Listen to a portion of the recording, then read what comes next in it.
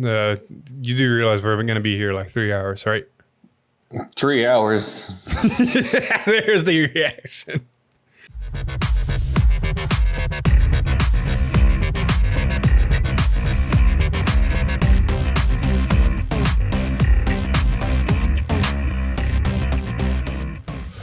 And welcome back, everybody, to another episode of V-Time, episode 179. And no, we are not dead.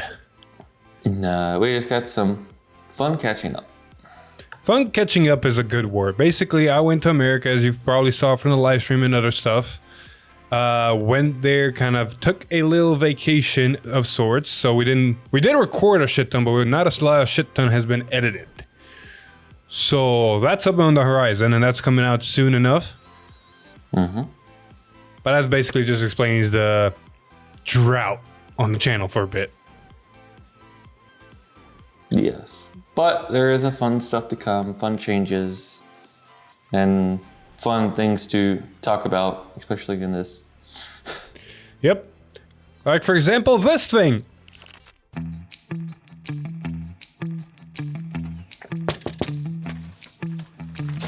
Hey, yes, package for Mr. Top Deck Heroes. Oh, thank you. Thanks.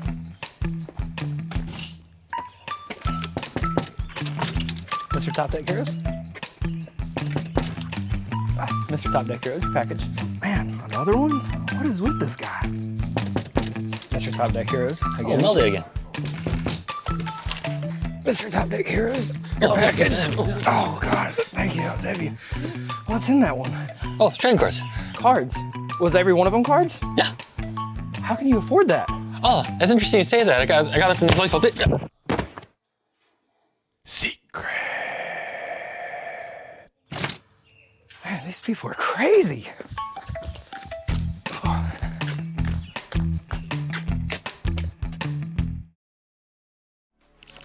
Alex is a bad actor. Sorry, I had to. The bad actor. No. Overall, you and Shane did. I'm actually more impressed than Shane, but you did good too. Thank you. There you go. But yeah, stuff like that on the horizon. As the video said, go to 50cards.shop. Use promo code TDH Heroes for discounts and all that. Mm-hmm. But with that out of the way, we got a lot of catching up to do. So basically what's going to happen is we do have a news section, we do have cards, and we do have as usual. But instead of catching all the cards we missed, because we'd be here literally 3 hours, we're just going to hit on the important bits and pieces and interesting cards here and there. That's still a shit ton, but not as much as it would have been. I just want to say that, you know, if the English version keeps cutting all these collabs out, man, the bulk of this set is just gonna disappear. I know, right? And Alex's segue is perfect because we're gonna start off immediately just covering all 4 of the quintessential quintuplets decks. What am I talking about? Yes, quintessential quintuplets is inside of set 12, and basically they announced they were gonna get 32 unique cards. What they didn't announce is that we're gonna get 5 unique decks. So semi-unique. Yeah, I mean, I wouldn't say they're semi-unique. They seem pretty familiar. So the reason I say semi-unique is because most of the ride line and most of the support cards are basically identical throughout all 5 of these decks. What major changes is what the main Vanguard does and what the main gimmick or the main win strategy, if you want to use that term, is for the deck. Once we start reading them, you're going to notice really quick, but each nation got 1 quintessential quintuplet. We currently have 4 of them revealed, 1 more on the horizon, so we're going to look at these 4 real quick. But before we do that, we first apparently need to talk about the nationless quintessential quintuplet starter that does say when this rode by a grade 1 quintuplets, if you win second, draw a card. One thing to note about this card, it's a promo. This is not in the set. This is a promo. So you play the game, you play the deck. You have to get a You promo. can. Luckily, you still can because the cards, if I'm not mistaken, only require you to have, or they're still nation cards. They still have Dragon Empire, Dark States as nations. So you can potentially run any starter. I believe my beliefs will be answered with the next couple of cards when we look at them.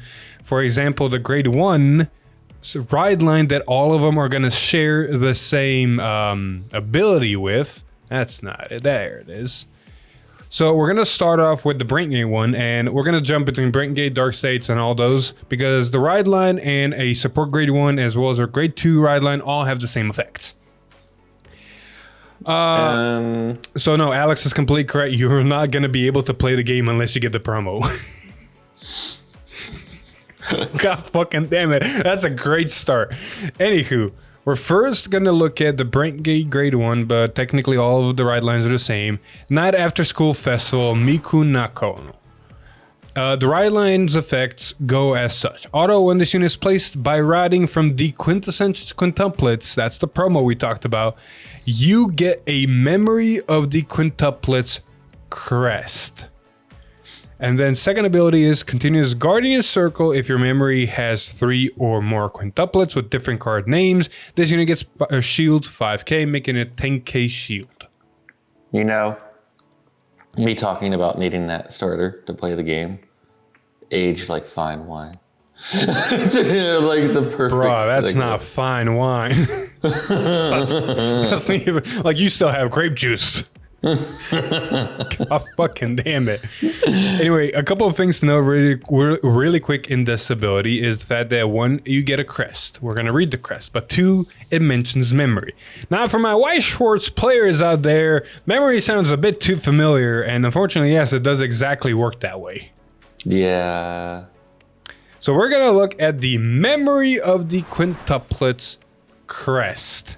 It's basically a picture with text crest, nothing too fancy like the Messiah or the Chronojet crests and such. But the effect is very unique because we start off with continuous. You can only ride quintuplets cards, and your order zone is also regarded as memory. What does that mean? Here we go. Continuous. When a card other than quintuplets would be put into your memory, put it into drop instead. This will be accounting for PGs and triggers. Act once per turn. Cost Soul Blast 1. Look at the same number of cards on the top of your deck as your Vanguard's grade. Choose up to 1 quintuplets from among them, put it into memory, and put the rest on the bottom of your deck in any order. If a unit card with the same card name as a card in your memory was chosen, you may call it to rearguard instead of putting it into memory. Spoiler alert, there is... Okay, so if you include the promo starter, there's 1, 2, 3, 4, 5, 6... 7 cards that are quintuplets. So you can have up to 7 different cards in your memory, if I'm not mistaken. Right? The ride line, the grade 1, the grade 2 support, the grade 3 itself, the order we're going to talk about. A lot of stuff like that. It's getting very confusing, but don't worry, more cards are hopefully going to explain it. Is that including your starter? Is that including your starter when you talked about the red line? I believe so, yes. Because it's 0, 1, 2, and 3. Then a grade 1 support card that we're going to read, a grade 2 support card that we're going to read, and then also a grade 3 order card. Because it does say Vanguard's going to choose up 1 quintuplets from among them. It doesn't say card, it just says quintuplets, which means it can be literally anything. Trigger, order, it just needs to be quintuplets. Speaking of the ride line, I didn't place these quite in the right order I was supposed to, but that's fine. We're gonna look at the grade 2 ride line. In this case, we're gonna take everyone's honeymoon trip, Nino Nakano. This is Dark States. Yep. All the ride lines across the board will share the same effect. So this is the ride line effect for all of them. When this unit is placed by riding from a grade 1 quintuplets, look at the top 7 cards of your deck, choose up to 1 quintuplets from among them, put it into your memory, and shuffle the deck. Auto rearguard once per turn. When the attack of your quintuplets does not hit, this unit gets power 5k until the end of turn. If your memory has 5 or more quintuplets with different card names, it gets 10k instead. One thing I do want to note, I believe all the grade 2 ride lines do have that part different. They all gain 5k, and then if you have 5, gain 10k, but the condition of how they gain that power is different. For example, this one is all about not hitting. I think another one is about hitting. I think another one is about something else. There's way too many of them. They're all different. Just you'll figure out what they want to do when we start reading the grade 3s. Yes. Before we get to the grade 3s, however, we need to talk about the generic grade 1 that everyone will be getting. If I can find it. And we're going to take Day of the School Festival Yotsuba Nanako as an example. This is the Keter one. Auto! When this unit is placed on rearguard during your main phase, your Vanguard's quintuplets look at the top 3 cards of your deck, choose up to 1 quintuplets from them, then put it into your memory and shuffle the deck. If your memory has 3 or more quintuplets, this unit gets 2k, and it's active during your opponent's turn, making this a 10k grade 1. So Alex, I want you to point out one thing that just from the ride line and this support grade 1 that every one of these decks is going to get, what you have been noticing? There's a lot of cards that say memory and a lot of cards that say quintuplets. Pretty much. There's going to be a lot of deck thinning. There's going to be a lot of, oh, I already have that. I'm going to deck thin and make a unit on the board. So there's just going to be a lot of just do plussing type of effects. Mm-hmm. So there's a whole point of trying to put as many different quintuplets into your memory as possible. And we're going to start off, or Alex is going to start off, with reading one of the first grade 3s we got for the quintuplets. The quintessential quintuplets, Ichika Nanako. Nakano, yeah. Auto, when this unit is placed on Vanguard, look at the top 7 cards of your deck. Choose up to 2 quintuplet cards from among them, put those cards from among them, reveal them, choose a card from among them of the revealed cards, put it into your hand, and put the rest into your memory and shuffle your deck. Continuous Vanguard. If your memory has 6 or more cards with quintuplets and their different card names, when your opponent would call cards from their hand to Guardian Circle, they must call 2 or more at the same time. Then Auto Vanguard. When this unit attacks a Vanguard, cost counter +1. Choose one of your opponent's rear guards, retire it. Choose one of your quintuplet rear guards and increase this unit's power by that unit's power by this unit's power. Wait, what? Reading. Choose one of your quintuplet rear guards and increase that unit's power and this unit's power by the power of the unit that was retired by this ability until the end of turn. If you did not retire a card, they get power plus 10,000 instead of the power increased by the retired ability. Bruh. Is English not your first language? Bro, woke up. Hey, I gave you a chance to tell me what time you want to do this. You said 10. I expect you to be fully awake. I did. That was enough time for me to do this so I can have it ready for the tournament. Bruh. All right, so a couple of things to really note going through those effects one more time. First one is a straight up plus. You plus a key piece into your hand, and you plus a key piece that you don't probably have in your memory. Or if you do have something in your memory, you just plus the board. So it's literally just on place, get 2 cards out of your deck potentially, and just plus the hand and plus the memory or board. Insane right off the bat. Yep. Second effect. The second you get 6, this is not for the Battle of the Vanguard. This is for the turn. This is a Gomon. This is a Greedon's Gomon on a Vanguard. Yep. So the second you get 6 quintuplets into your memory, the whole game for your opponent is Baldora. And let's not even talk about the last effect. The last effect is not only a retire effect, but also just power up. Oh, that's a nifty little, whatever you have on board. Or if you don't even have something on board, it's like 10k to Vanguard, 10k to another unit. Why the fuck not? Yeah, that's pretty dumb. And it gives it it's easy to not only itself, but another unit too. Exactly. So overall, if the effects are going to be like this deck is shaping up to be something very interesting to play. As for all of the quintessential quintuplets decks, they're going to get a key triple rare grade 2 that supports the main mechanic that the Vanguard wants to do, as well as an order that kind of helps the whole deck out in resources.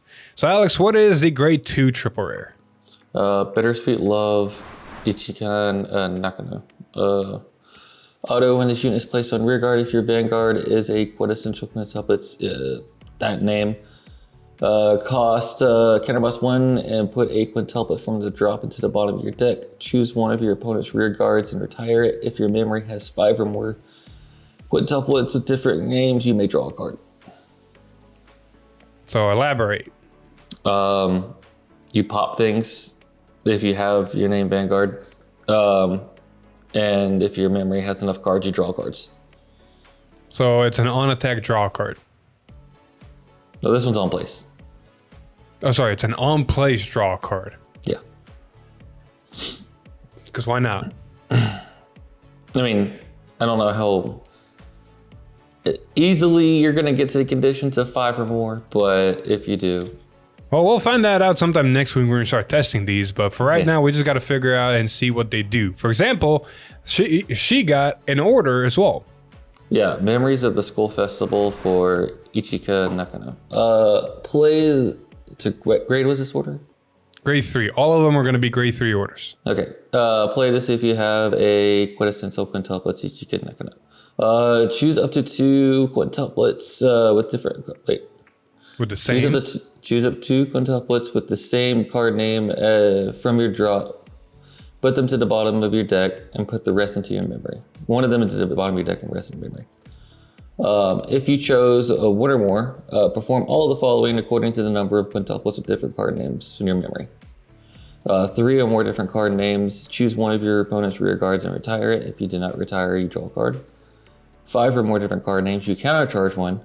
7 or more different card names. Choose one of your Vanguards and it gets the ability Continuous Vanguard during the battle this unit attacked. If your opponent cannot call Sentinels from their hand to Guardian Circle and cannot play Blitz orders until the end of turn. Because why not? So say hello to a Sentinel Restrict 2 or more cards minimum from hand Vanguard attack if you get to 7. I love how this also retires cards and also countercharges you cards. Which, getting to 7 with this card actually might not be that difficult. Because we already started counting, right? There's only 7 really out there. So you need to really bind everything. So you can use this order, or bind. You can use the order to put the ride line cards, especially the promo starter, into your memory. Fun! Yeah, I think the ride line also sets up your memory too, if I remember right. Something like that. Yeah, like the ride line does help with memory, but I think it just searches from the deck, which means you got 3 cards, preferably 0, 1, 2 from your ride line. You're going to be playing more enough of the 1 and 2 in your deck because they are the named cards, so you might be able to find them. But you only got 1 copy of the grade 0 promo unless you want to run a shit ton of it in the deck. Therefore, unless you're playing more of the promo or starter in the deck just to find the name and put them in there, this is a good way to just grab it from drop and put it in there. Keep in mind that, you know, unlike other collabs, this one's a Dragon Empire. Oh, yeah. You don't have to just play quintuplets. You can still play Dragon Empire support cards to help you get to what your unique conditions. I don't know what Dragon Empire cards can help this deck. Because it's one of those things like, okay, Baldora.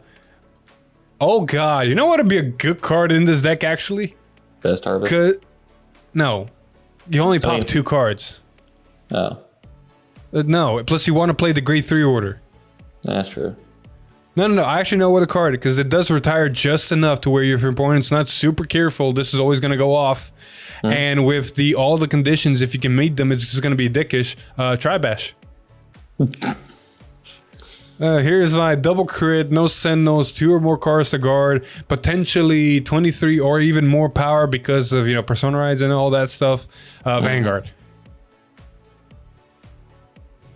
Yeah.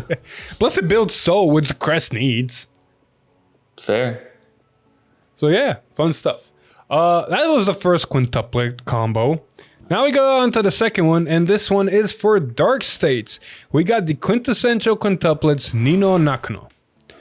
Her ability is when this unit is placed on Vanguard, look at the top 7 cards of your deck, choose up to 2 quintuplets from among them, reveal them, choose a card from among the revealed cards, put it into your hand, and put the rest of the revealed cards into your memory, and shuffle your deck.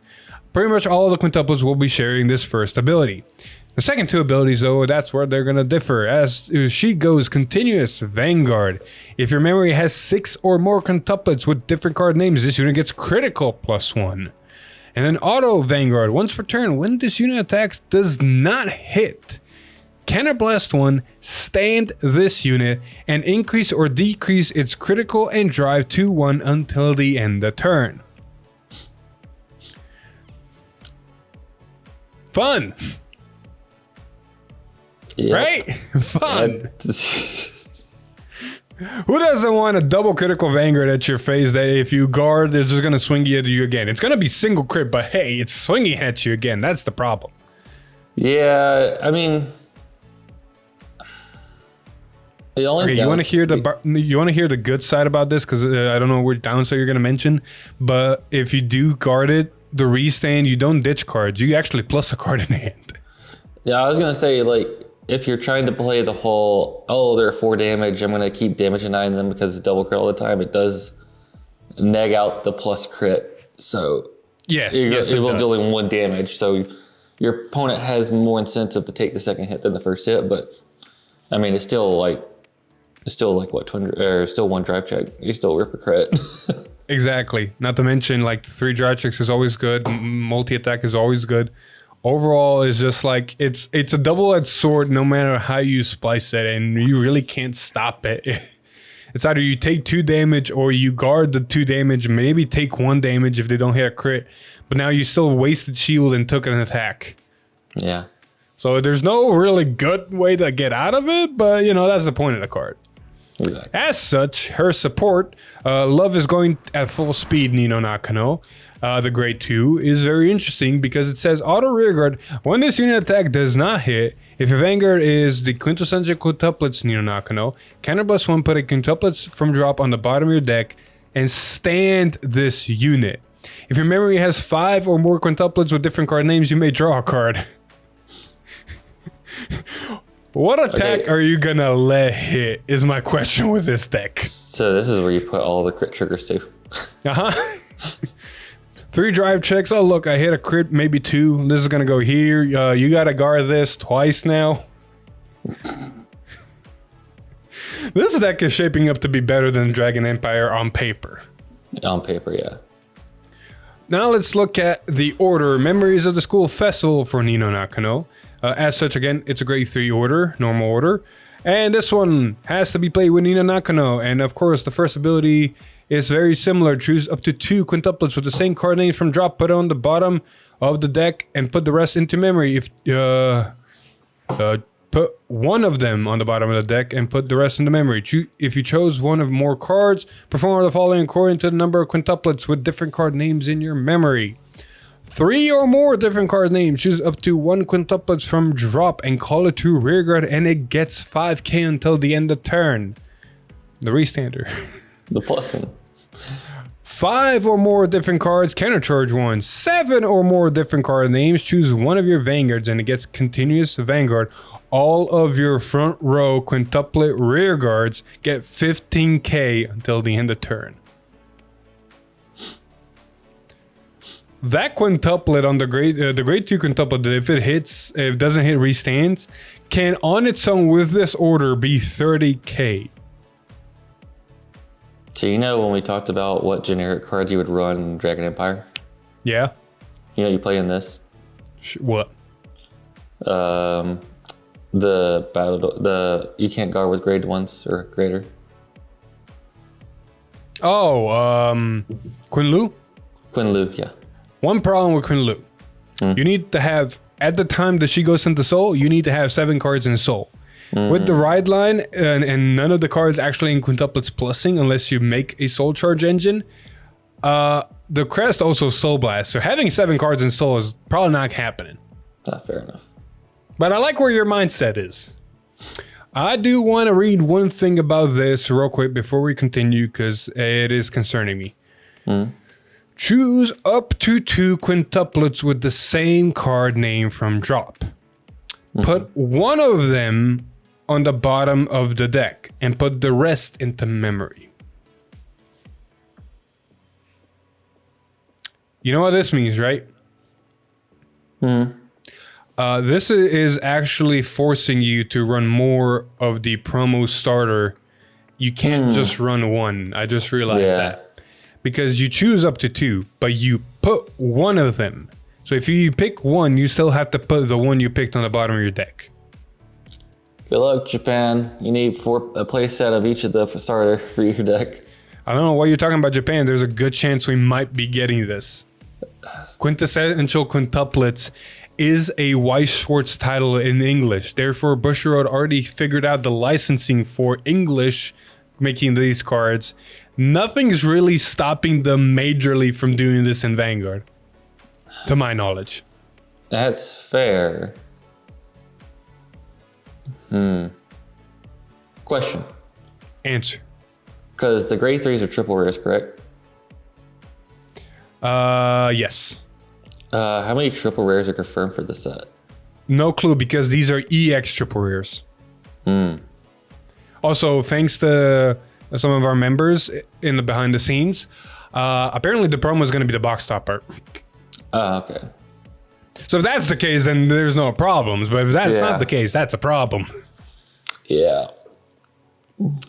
Anywho, with that little thingy clarified, we're going to move on to the next one for Brengate. Alex, take it away. Quintessential Quintuplets Miku Nakano. Auto, when this unit is placed on Vanguard, look at the top 7 cards of your deck, choose 2 quintuplets from among them, choose one of them, put the hand and put the memory. Yeah. If your memory has 6 or more quintuplets with different card names, all of your front row quintuplets get power plus 10,000.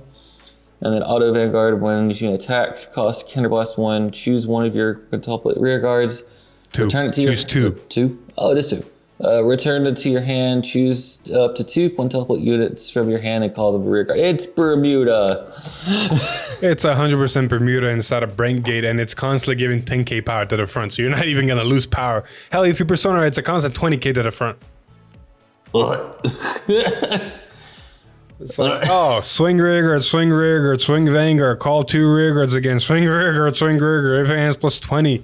Everything probably activates its on plays that makes, like, you got to understand, a lot of the quintuplets are on place, look at the deck, put something into memory, and the crest does say if you have a card with the same card name in memory, it goes to rear guard.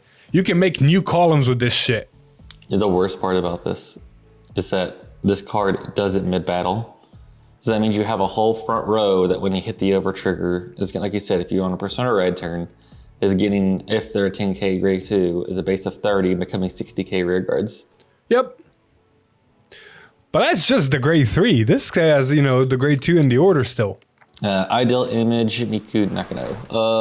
Auto, when this unit is placed on the front row rear guard by your card's ability. I don't like this. If your Vanguard is a quintessential quintuplet, Miku Nakano. Counterblast 1, cost Counterblast 1, put a quintuplets card from your drop to the bottom of your deck.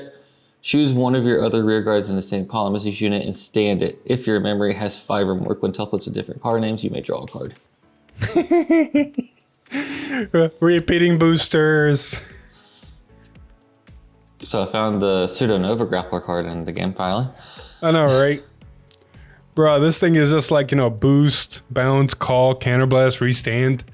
And counterblast is not really an issue because you got the order that usually just countercharges you, right? Yeah, Memories of the School Festival for Miku Nakano. Play this card if you have a quintuplets with the name. Choose up to 2 of your quintuplets the same name from your drop, with one of them at the bottom of your deck, put the rest in your memory. Choose the number of cards according to the number of different cards in memory. 3 or more different card names. Choose one of your Vanguards and it gets power plus 15 until the end of turn. 5 or more, you countercharge 1. 7 or more, you choose one of your Vanguards and it gets the continuous ability.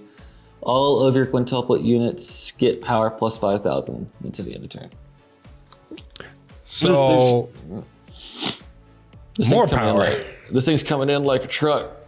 So the grade 3 was all your front row quintuplets. This one order says all your quintuplets. This is like a Solaron. Phil, can you remind me of what the cycle grade 3 does for Brentgate again? Yeah, the cycle grade 3 for Brengate is a booster. And does Is what a else? 15k booster. It does something else too, doesn't it? If you remove an over trigger, it gives basically a half persona ride. Cool. Yeah, a lot of power. I found the deck that card belongs in finally. I know, right? Honestly, hold up. Let me do the math real quick before we go to the last and probably the most broken card of the bunch. You have, to your availability, 30 cards to put in your deck, not counting the ride line and triggers. There's no quintessential quintuplet triggers to my knowledge, unless they announce some. So your triggers are going to be normal, generic, the effect triggers, whatever. Over triggers can be the nations or the elementals, doesn't matter. And the ride line is going to be the promo and the ride line, whatever.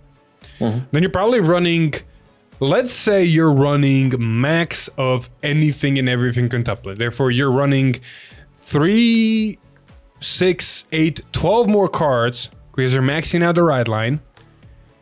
Then you're running 4 of the support grade 2, which puts you to 16, 4 of the support grade 1, which puts you to 20, and 4 of the order, which puts you to 24. And then you're also playing 4 PGs, that puts you to 28. Therefore, you only have really 2 flex spots in the deck. If you want to run every single quintuplets copy in your deck so that you can get to the 7 condition more consistently. And ideally, one of those is probably going to be a Regalia's piece. Exactly, because probably the Persona ride in all honesty, because why not? Yeah. So you really only have 1 flex spot to be anything in the deck, unless you want to drop some ratios down, which you honestly could. So yeah, this is going to be very interesting deck building. Question. What did the Dark States grade 3 cycle do again? The grade 3 cycle card, the grade 2 or the grade 3? Sorry. 3. The grade 3 cycle card became, if I'm not mistaken, a 15k buff. That's also a no grade 1s or greater card. Okay. I believe. It's been a while. I'm Plus, just trying to imagine the honestly, card. you have a better chance of seeing it than I do. You literally pulled a couple 2 days ago.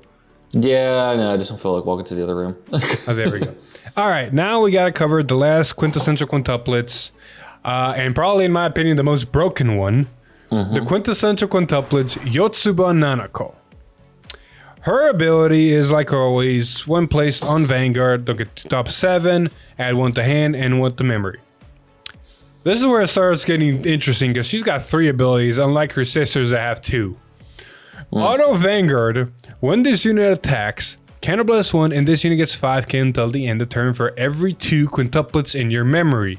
If your memory has 6 or more quintuplets with different card names, draw a card. Therefore, it can be at most a 15k extra with a draw card effect.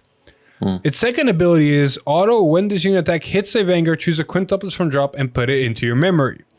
This is probably the only deck that can run the starter at a 1 of.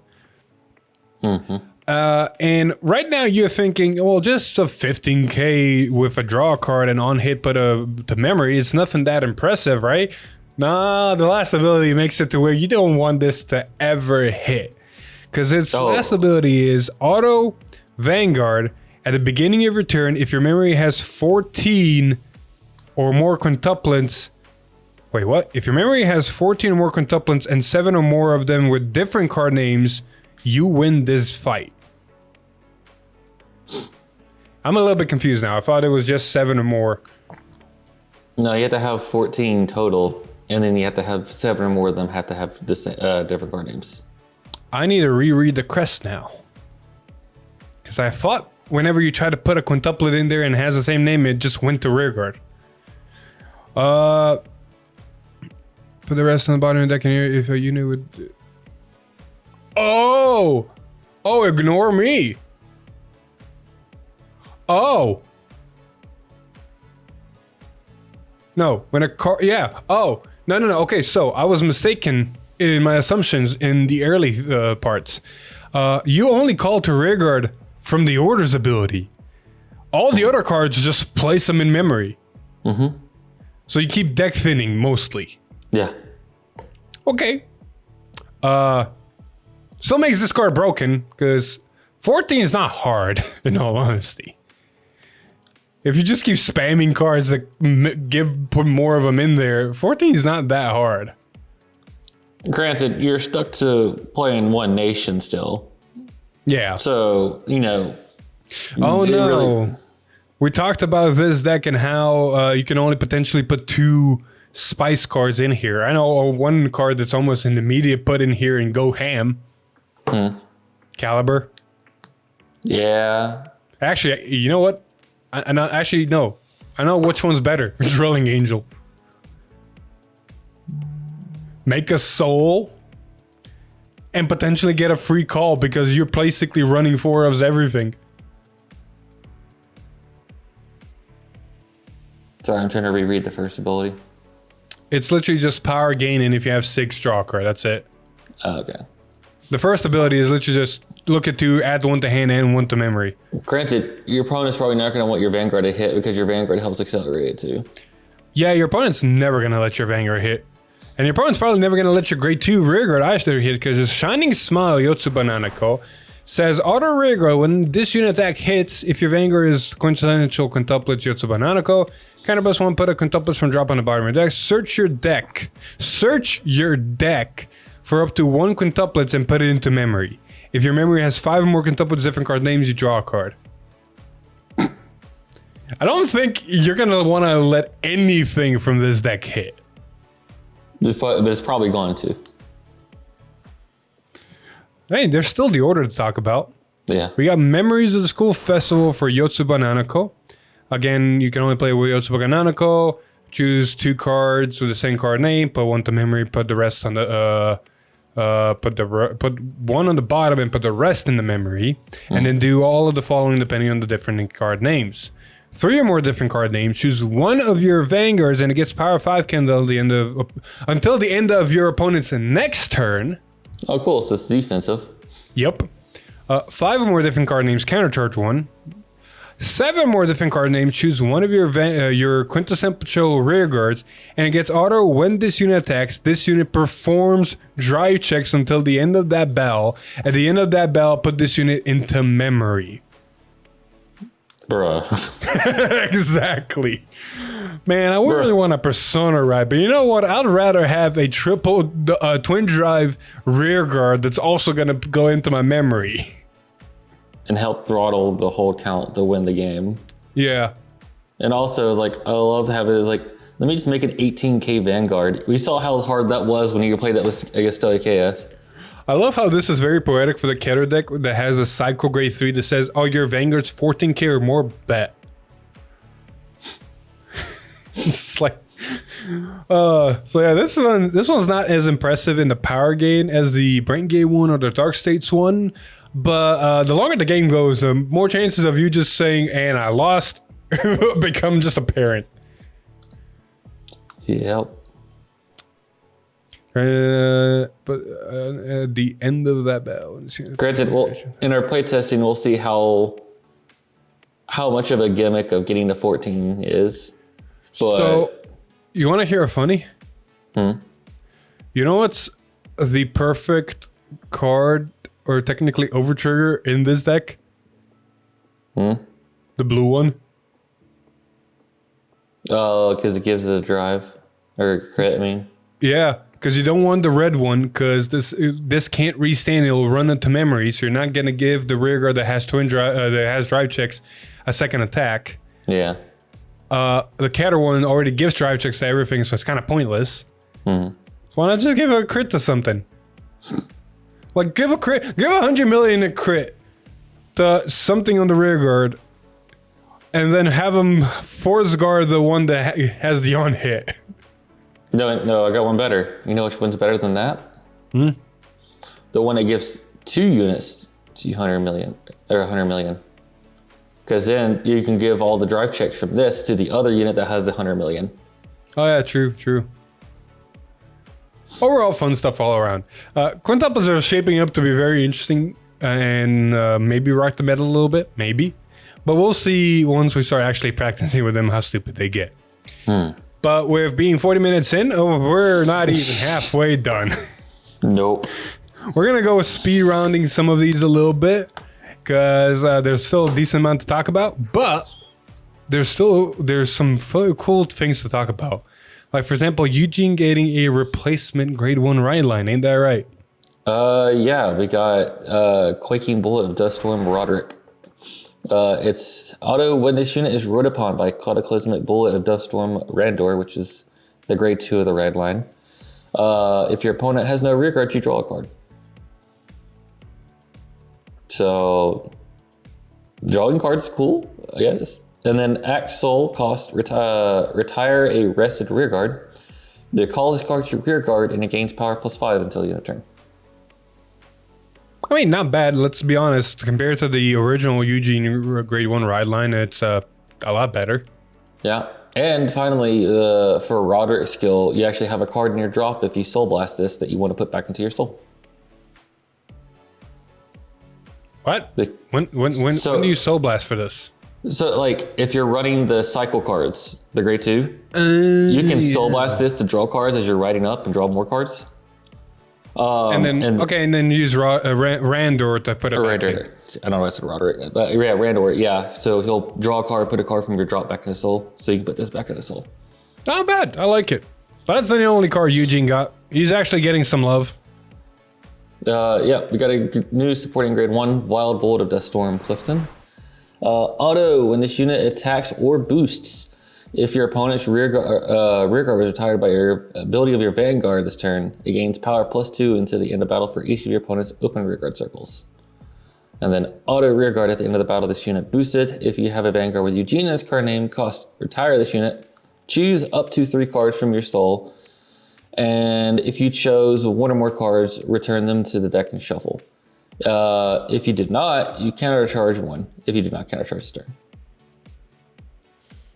So it's either a countercharge, which honestly in Eugene's quite nice because it is decently CB heavy depending on how you play it. But what's the best merit about this card? It doesn't say what you put back to your deck, so you can choose trigger units from your soul and shuffle them back in. Including your over trigger. Bruh, actually using Eugene's effect now is worth it with this card. Because it's like, I'm going to look at top 5. I found something good, but I also saw like 4 or 3 triggers. Oh, no problem. Granted, you're going to lose 3 cards from your soul, but hey, triggers are back in your deck. Do you really do Eugene's effect more than once? No. There we go. Well, granted, you might start doing it more than once depending on these news cards. No, but now you're not. Now you're more incentive with your rear guards to blindly soul charge as much as you want. True. Very true. Like Oswald became a lot better because now with a soul charge 1, it used to be like, oh, soul charge a trigger. I don't want a soul charge. Now it's like, oh, now I kind of want a soul charge. Overall, Eugene is getting some love. I don't know if it's enough love. I would love some more, but you know what? We'll take what we can get. Yeah. And the same can be said for Celeron. He also started getting some extra support. And Divine Sister Daquiz. Auto. It's a grade 1 AK, double rare. Auto rear guard. Once per turn, when your other unit is placed by your card's ability, which is Celeron's kind of whole shtick. Counterblast 1, draw a card. If it was placed by the ability of your Vanguard with Celeron in its card name, that placed unit gets 5k until the end of turn. So it can be generic for any deck that can place cards. But for Celeron, it's just overall good because it makes the unit 5k more bigger. I love this hidden lure support you got there, Bushy. I know, right? It really is. CB is going to be a very interesting resource, but I'm pretty sure you can figure that out. The better card, though, we got to talk about for Celeron because he gets triple rare, Eugene doesn't, is Sagely Dragon Wisdom Claw Dragon. Oh boy, Dragon time. Auto. Dragon. When this unit is placed on rearguard from deck, this unit gets power 5k until the end of turn, making a 15k attacker. With Or the grade 20. 1 we just covered, 20, yeah. Auto, well technically 25 because of Celeron. Auto, when this unit is placed on rearguard, if you have a Vanguard with Celeron in its card name, look at the top card of your deck, put it on the top or bottom of the deck, then counterblast 1, reveal the top card of your deck, and you may call it to open rearguard if it's a unit card. If you did not call a card, put it into soul. Fuck? So you gotta understand, this not only gives Celeron if it wants 5 attacks, but also provides an option of a soul charge, which honestly it really needed. As well as just, you know, let me just make sure the cards on top are what I want. The good. The only downside of this card is that it looks at the top or bottom of your deck and then it reveals. So there's times where you're gonna see a trigger on the top and you're gonna be like, oh god, I wish I could leave it on top, but I need to put it at the bottom because I need to call a card. That's the only downside to this card in my opinion. Yeah, it might be. If you did not call a card, put it into soul, yeah. Yeah, Look at the top card of otherwise the deck, put it on top or bottom of the deck, kind of bust one. Well, no, hold up. You can look at the top card of your deck and then just not choose to reveal it. The cost is counterbest for one reveal the top card. Oh, fair. So you can just look at the top card and say, oh, it's a trigger. I'm going to leave it on top, save my CB and rip a trigger. This is just letting you use soul charge or potentially just call a good unit to the board. Yeah, that's true. I thought it was tied to the whole thing. My bad. No. Reading is hard. All right, moving on though. We got to keep this train trucking. We got a couple cards we really quick need to mention. Like, for example, this Dragon Empire grade 1 rare. That's pointing out a lot of things. Yeah, this might be hinting at a new red line, possibly. Strike Dragon Philingrex. Grex. Auto, when this unit boosts, if your Vanguard's critical is 2 or greater, cost counterblast 1 and draw a card. So what, Alex, what does this imply? And that means either this is hidden Eugene or Bob support, or we're getting a new Vanguard that requires you to have a critical of 2 or greater. Hold up. You hidden Eugene support? No, I said Bob or Gandiva support. Yes, Gandiva. Yes. Which I doubt this is a card from Gandiva. And again, I doubt this is a card for Bob. Yeah. So it might be some future proofing. Might be. Could also be good support for Dragon Tree too. True, very, very true. We don't know, but it is. It could be. It very could much be Dragon Tree. Hold up, it really could be.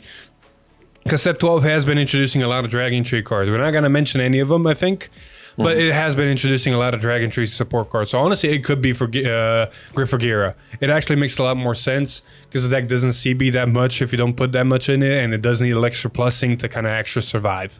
So I can see it. I can actually see it. But then we go to this next grade too. Yes, Drag Raider Bathura. It's auto when this unit is discarded from your hand during your battle phase. Put this card into your soul, choose one of your opponent's back row rear guards, and retire it. I know what card this is for. This is great for Overlord. Oh, Overlord. It can also be used in the Eugene. Yeah, but you discard it during the restand with Oswald. Well, actually, you can because Oswald needs an empty board, doesn't it? Yes, actually it does. So no, ignore me then. I thought Eugene discarded more. No, he only discarded 1. Damn it. Then I guess this is Overlord support unless there's a new Dragon Empire Radline really is coming. You never know. Because you gotta understand, during your battle phase, like the only cards that I know of right now that during battle phase discard are Overlord, Eugene, but then why would you discard this and pop something in back row? Eugene only gets to restand if there is no back row, no board, period. Overdress doesn't do it. Nope. Bob Sagara definitely doesn't. Tamarira definitely doesn't. Gandiva is already broken enough. Soji Doji doesn't. Griff or Gira really doesn't. Yeah, so this might be hinting pretty heavy at it. Fuck. Fuck. Legitimately fuck. Oh god. Well, luckily this next card's not hinting at anything. This is a generic grade 1. Now these are now we're getting generic cycle grade 1s for each nation that do exactly similar things, if I'm not mistaken. And they all have similar art. They're all these weird looking cats. Yeah, they're all jewels. For example, this is a red jewel beast, Garnet. Its ability is auto. When this unit is placed on rearguard or put on guardian circle, put a total of 2 cards from soul or drop that were in the right deck into right deck face up. And perform one of the following according to the circle this unit is placed or is on. If you placed it on rearguard circle and you did the effect, you draw a card. If you put it in guardian circle, it's a 15k extra shield, which makes it a 20k shield from hand. So overall, not bad. I'm trying to think about something that's really caught my attention right now, and I don't know how to feel about it. It says put a total of 2 cards from soul or drop that were in the right deck into the right deck face up, right? I can't remember if one of the conditions for Griff or Gira is that you have to move all your calamities into the right deck. It is. Okay, because technically you can just run this and in the early game already put them there. No, it puts all the original, all 3 calamities that were in your right deck from your soul back into your right deck face up to get the great in. Wait, it does say put 3, hold up. I don't know why you would ever do this. Don't ask me. I really don't know why you would ever do this. But technically, if you run these dual cards in Griff or Gira decks, and you consistently seed them enough, you can prevent yourself turn by turn getting to Griff or Gira. Oh yeah, because it does technically. Because we're in the right deck. Your seeds on top. There's 2 right deck cards in your soul. You put them into your right deck. Oh, it does say face up. Yeah, it does. Actually, I don't remember if the seed says face down. Does the seed say face down? I don't know. Bro, I love breaking shit for no apparent reason. At the beginning of your main phase, choose a calamity card from your right. It just says choose a calamity card from your right deck. It doesn't say shit about face up or face down. Oh my god. So if you really wanted to, you could keep yourself on the seed and perpetually just put cards from your right deck in the soul and draw cards. Yeah, but let me just stay on a 1 drive check and probably a grade 2 or grade 1 power for the rest of the game. I just said I don't know why you would do that, but you can. Jesus Christ. Look, man, I like finding stupid shit, all right? It's fun. Let me be. All right, we gotta move on, though. The more Dragon Empire cards. So for some fucking reason, Bushiroad, after making the Gendiva a complete deck from the first set it came out, like really complete, doesn't need any support, it's functioning as it should, it's destroying the meta, they decided, you know what, set 12 Gendiva needs more support. Yep. So we got Scarlet Flame Artillery Soldier, R-Sharp. Auto, when this unit attacks or boosts, this unit gains power plus 2,000 until the end of battle for each card in your bind zone. And if its power was 10,000 or greater, retire that unit at the end of the battle. Do you bind in the early game? Huh? Do you bind face down in the early game? With the promo you do. So you can potentially make a Gendiva Rush that just goes into grade 3 and kills? Yeah, because this doubles up on your Gandiva's ability. Yeah. Basically. You have 10 or more. You have 5 or more in the bind zone. This is a 28k rear guard. Like they really needed that, right? But I love how like people were complaining like this. You're never gonna run this card. This card is bad. And I'm like, you're missing the big picture of this card. This card says attack or boost. You just throw this behind the Vanguard. The Vanguard doubles up on the power because it's getting the power from the booster and the Vanguard, and it's double critical. Yep.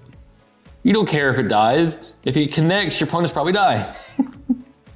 Or being in a very bad position because there's like 2 more attacks coming. Yeah. But that's not it. That was a common. That was a freaking common. Of course, it got a triple rare.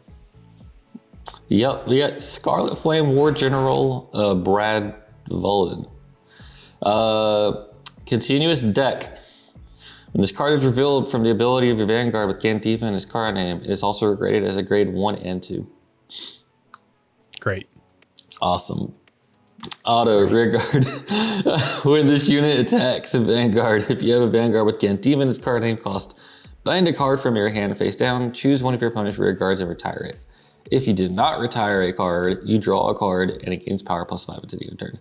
Now see, that's a more balanced ability than what we've been getting with Gandiva. Because if you don't retire, if you do retire something, you minus a card from your hand. Bro, you bind the card face down. That's not a minus. That's a +2 key to front row. I don't count that as a minus. It's technically a +4k to front row because you bind you retire a rear guard and you bind another card when you retire a rear guard. Even worse, I don't count that as a minus. And I don't even count the first ability as a minus either. Bro, you know how many times I sit there and I hope the Gandiva player just looks at top 5 and whiffs on the grades he picked? Never does. I think you whiffed against me once. I played against a lot of Gandivas. I don't think they ever whiffed when they picked my units. So why not just give them something that says, yeah, we're never going to whiff if this gets revealed. Yeah, hell, we're going to potentially pop 3 cards. The card, the grade 3 common they usually ran, that's like, oh, well, I ripped this off the top. That's very unfortunate. I guess I had to bind a rear guard. Now they're just going to get this guy. Use this guy. Right? So yeah, Gandiva really needed more support. That's the only thing I do not agree. Nerf Gandiva. Like, nerf it hard. Just hit Best Harvest already if you're going to get this. See, my biggest gripe, yes, I agree with that. Hit Best Harvest, make Gandiva to be where your opponent spams the board. Well, I'm going to get rid of it, but at least I'm not going to plus back. Therefore, if they can clap back, they have a chance. My biggest gripe with Gandiva is the fact that they made such a good deck out of one set. Every other deck that came out of one set has never been this good. Correct me in the comments if I'm wrong. And I'm talking about only D. And then you're over here looking at Eugene and it's like, oh, cool, we finally got support. And it's like, I don't think it's enough. Not one bit. Not one bit. Well, Gandiva's over here getting this. Like, let's just look at the recent new ones real quick, right?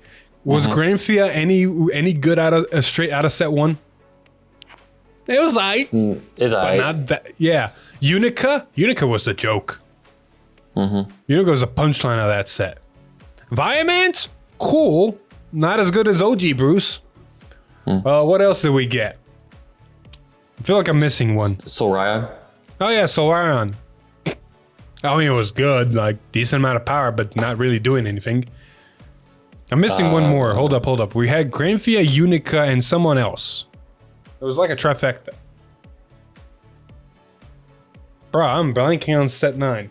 It wasn't Braingate. Yeah, because that's the only one. No, it was Brengate, Vanguard. Oh, yeah. Like, Vanguard is really good now, but out of the box, set 9. You have to persona right. You know what I'm talking about? Yeah. Like, all 3 of them was like, they're D's, but they're not nothing. Gandiva comes out of the box. Yeah, I'm just going to dominate the meta. All right, everybody? On a side note, that was the first new ride line for Dragon Empire in god-awful long time. That doesn't mean he needs to be broken. Hell, fucking rejuvenate Bob Cigar and make that thing meta. I think we would have all been happy about that. Yeah. Anyway, before I go on more rants, we did get another jewel, purple jeweled beast, Almethus. Again, it's a grade 1. They're all going to be grade 1s. When this unit is placed on rear guardian circle, put 2 cards from the soul or drop that were in the right deck into the right deck face up and form each of the following depending on the circle. Rear guard, countercharge 1. And then guardian circle, 20k shield. So they're all pretty much the same effect, except the first effect is like either you draw a card or countercharge. Bruh. Dark States has the easiest countercharger available finally. Bro, you laugh. This could change a lot of Dark States decks. Jewel can finally have a kid countercharger. And you're only returning a 0, 1, or a 2, or a 3. Oh, it's really hard to replace those grades in Jewel. I mean, granted, you already have a countercharger in Jewel, but now you have more. This one's potentially better because if I need a 20k shield, I have a 20k shield in my hand. If I really need a countercharge, I'm gonna get a countercharge and an 8k body on the board. Hey, Phil, you know what this is really good in? Bruce? That too. Because you really don't want your grade 1s and 2s in your soul because you already got all these other big grade 3s or greater. You really want to get rid of that grade 0 starter. Yeah, I agree with that. Yeah. Plus, depending on how you play Favernil, you might just soul blast your right line and put better cards in. So, I actually play for this one specifically more than the other one. Mm-hmm. All right. We need to talk about finally someone getting some love after way too fucking long. Yeah. That is Jail. You thought Jail was gone? No, Jail is still around and it's getting actual support. Actual support. I think people are sleeping on some of this support. So first off, we got Space Prison Chief Jailus. His ability, a 10k grade 2, is auto. When this unit is placed on rearguard, you may choose one of your opponent's cards in your prison. If you choose a card, your opponent puts that card into their hand. And this unit gets 20k until the end of turn. Mm-hmm.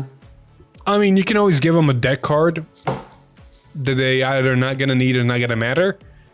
Oh, but this is a big boy. This is a big boy. If you're on pure light turn and you have the whole condition of getting the crit to the front row, it's what, 25 to the front row in a crit? So basically this makes him a 65 attacker. Mm-hmm. This is a 65 double critical with all the conditions met. Yeah. Mm-hmm. Fun. And the fun part is because of the support card we're going to talk about later, and plus the support card we got for the jump ride. I don't think that condition is hard to get that anymore. One thing to note: this is an auto when this unit is placed on rearguard. Therefore, you can go down in your prison and then just bump it back up. This will keep the power. Mm-hmm. So fun. But the fun doesn't start there because that was only, I think, a comment or something. Someone actually got a double rare grade 1 that's honestly really fucking cool. We got Aurora Bell Princess Rifle Royer. Continuous during your turn. If 2 or more of your opponent's cards are imprisoned in your prison, this unit gets power of 5k, making a 13k attacker or booster, which is always good. But more importantly, act rearguard once per turn. If your opponent's card was imprisoned in your prison this turn, Counterblast 1, choose one of your opponent's rearguards imprisoned in your prison. Look at the top 5 cards of your deck. Choose up to 1 card with grade less than or equal to your Vanguard from among them, call it to rearguard, and shuffle your deck. This is a better Chevy. It's not called Chevy, but Shovel Stud. Yeah. It's a better Chevy. Dude, the fact that it's an act means that the longer this card stays on the board, the more value you get out of this card. Pretty much. And unlike Chevelstead, it's not a Candle Blast, Soul Blast. Because there's a lot of cards in prison that require Soul Blast to activate their effects, which means you're saving that resource. Mm-hmm. You're basically getting the same amount of plus as you did with Chevelstead. Instead of a random draw, it's a look at top 5, so you deck fin potentially and get a unit on the board that you probably would have wanted. Question, you've played Jill before. Yeah. Can you remind me the grade 1 that came out with Pure Light that says it gains a copy of itself out of deck when you're card in the prison? It's in on place, yes. Is it placed from hand or is this on place? That I do not know. If you give me like 3 seconds and talk about this card a little bit more, yes. I can tell you. Well, because if you do the skill, right, and you counterblast 1, you look at the top 5, you can possibly, if it's just on place, grab it and then its skill on place will grab another copy of itself. So you get basically a +2 to board for a CB, which in my opinion is pretty good considering those are also, I think, 13Ks. So you're just getting all the value out of that card. But on top of that, like this grabs any piece from your deck. So you can get the new guy, the guy that gets 20K. You can just search him off the top and make him an instant on the board and get the power.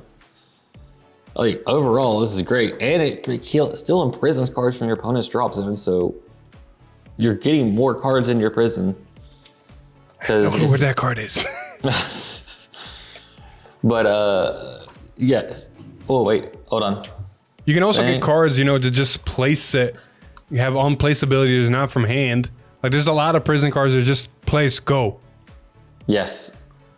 Also, and even, go ahead. Like the new grade 3 from the previous time it's got support, the one that opponent chooses some card from drop, imprisons it, and then it's, a fucking good card. That one can also be used. Like, look at it this way. Say you have 2 CB, right? Yeah. You have this card and you have the promo, the jump rides. Yeah. You use Snow's effect first. You prison 2. You use the promo to imprison 1 from drop and jump ride. And then you use Pure Light's effect since it's 0 now to imprison 6 cards. So there's I'm pretty sure the promo is a CB as well. Oh, it is? I'm pretty sure. All of the fucking promos were CBs. Well, if it is a CB, add another CB to the cost. Anyways, so you get 9 off of that, and then you use this effect to get your 10th one. And then get a plus to the board. Overall, Snow is not a deck to sleep on anymore. No, it's actually can easily get there if the resources allow it. So we're going to move on and look at the Brain Gate Jewel, White Jeweled Beast Synthetica. I love how the other ones were actually jewel names. This one's synthetic because it's Brain Gate. Same ability, Rearguard Guardian Circle, 2 ride line, 2 ride deck, and perform depending on the circle. Choose a set order from drop and put it into hand, and then 20k shield. Honestly, depending on the card we'll talk about here in a bit, that could matter a lot. Depending, yeah. I could see this being ran in Silhouette. There's so many times in Silhouette where like I should not have discarded that set order or just Soul Blast a set order and put it back, where I can see this being used very frequently. I mean, as long as you have something other than your starter in Vanguard, this is a really good way to get your grade 3 set order back if you use it. You're not wrong. Like technically these cards, you can only use in Vanguard once because you never want to get rid of your pilot. No. So, but still, like you said, it could be potential. Like, there's a lot of Brain Gate decks that wouldn't mind just grabbing a set order from drop and getting a free unit on the board. But it's one of those things like, do you have the space for that? I mean, semi-spoiler, this is going to be really good in Orphis. Maybe. Orphis has got different things going for it. It's got more enough set order searchers and different better set order searchers. I can see it for the shield, maybe. We'll get that right when we talk about it. Exactly. But before we get there, we got to actually talk about the Forgotten Child, Nirvana. Yes, we got a new Prayer Dragon, an explosive equipped dragon, Launchard. Anyways, auto, it's a grade 2. Auto, when this unit is discarded from your hand for the cost of your Vanguard with its ability with Nirvana in its card name, cost Soul Blast 1 and call this card to Rearguard. And then continuous, during your turn, if you have a Rearguard with the crossover to a state, this unit gains boost. So finally some decent plussing. Yeah. I don't know. It's also a Prayer Dragon. It's also a Prayer Dragon. So if you discard, in the perfect world, if you discard this, you get another Prayer Dragon and a Trickstar, and you call this back. Then say you get Stegorilio, and then you crossover dress, counterblast, call a Trickstar, and you can use this to make another column. I don't know what you're talking about, a perfect world. What you just described is a 3-card combo that you just need your drop set up. Yeah. Because you literally just discard a card to get 2 cards on the board, and then you just need, hell, you even need just 2 cards if you have Vils in your hand. Like you just need this and Vils, and your drop zone setup, and you get 2 crossover dress units on the board like that. For 1 CB and 1 Soul Blast. Pretty much. I see it as a win-win. Hell, you can even plus if you run the grade 1 prayer dragon that says Soul Blast 1, look at top 7, grab Nirvanas. It's true. And then if you cross over dress with mirror, you're even plusing even more. But if you don't have Stegorilio, you still have to find a way to get the extra trick star on the board. It's not that hard. It's really not that hard. And then the boost is nice because most of the time you don't have back row because you're basically using your prayer dragons for other stuff. So if this is extra, this is a 10k booster. Exactly.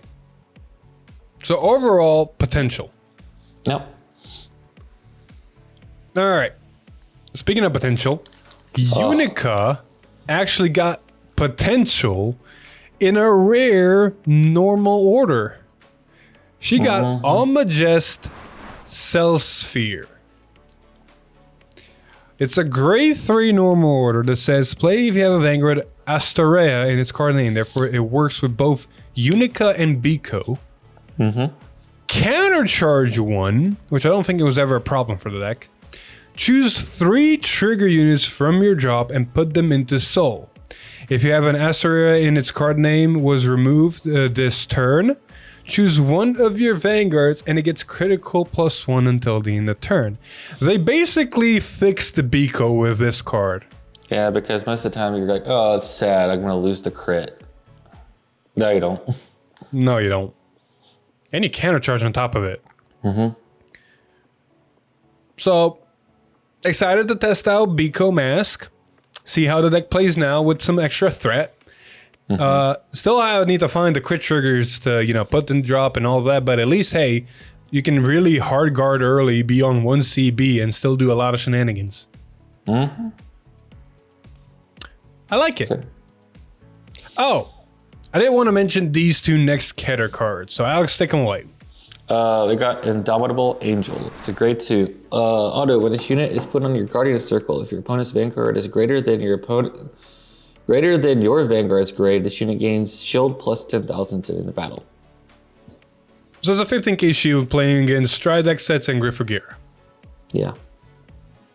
Which, that's one thing I wanted to quickly do like a mini rant. Bushiroad has been introducing, especially with the dual triple rare cycle grade 1s, has been introducing a lot of shield cards, which was necessary because a lot of cards are starting to get to power levels that are a little bit out of hand. Stride deck sets, Gandiva, even fucking Zorga Mask is a good example. Like some of the times it gets the power that's like, excuse you. So increasing shield values was very necessary. However, I think this is the wrong way to increase shield values because you're telling people run these shield value units, decrease your consistency in your main gimmick in your deck for more survivability. Which then decks like Gandiva and the Stride deck sets are going, you have less cards to help your main mechanic in your gimmick. Let me just rush into you with my main mechanic and main gimmick that's always going to go off. Right? Just bring back G guards. That wouldn't be hell. I'd be fine with Heal Guardians again. Yeah. Like those would be really nice, and not just restricted to before you hit grade 3. Like just for the rest of the game, Heal Guardians that work for the whole game. Please, because I don't like turn 4 Gandiva saying here's plus 35 to the front row. Yeah. Like what's like? No, I'm not even joking. Like Gandiva does get plus 30 to the front row on turn 4. Stride deck sets get plus 20-ish to the front row on turn 5, or even turn 4 to get to second. Like just imagine 20 to 30 plus, right? A 15k shield is not gonna matter. This is slowly turning into a rant of Philip hating Gandiva. I mean, I hate Gandiva because of the power scaling that's brought to the game. Well, technically, the Crest Stride deck sets brought that. I do not like the power scaling that we're getting because it's getting a little bit out of hand. But at least they're attempting to fix it. Now, on the other side of things, I do like this card. Cool Headed Knight Brazen. It's a grade 2 auto when this unit is placed on rear guard. Cost counter blast 1, discard a card from your hand. Choose one of your opponent's rear guards Your opponent puts all the cards in the same column as the chosen unit on that rear cards at the bottom. Nope. Choose one of your opponent's rear cards. Your opponent puts all cards with the same card name as the chosen unit. Oh, my bad. Choose from the rear guard and drop to the bottom of your deck in order. Uh-huh. Uh-huh. You realize that now? Uh-huh. Cool. I don't know what's going to work really well against, but... Think of any deck that would need any of its pieces, either rear guard or drop zone, and tell it, hey, that going to the bottom. You got a shuffle mechanic? Nope. Oh yeah, Zorga. Just hit Roaming Prison Dragon. Here's all of them gone. Yep. And that's just standard. Imagine this in premium. Oh yeah, premium I can understand. I was just thinking the standard, like what this would be good in. Like Zorga's the really only one that's really heavy grave recursion. A good potential could be something like Luke here if you hit the dragon, but if they have another install, like there's not many decks that actually do grave recursion that well.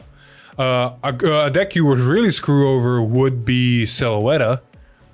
Oh, look at that right arm. Let me just grab all of that right arm and put it to the bottom of the deck from your drop and field.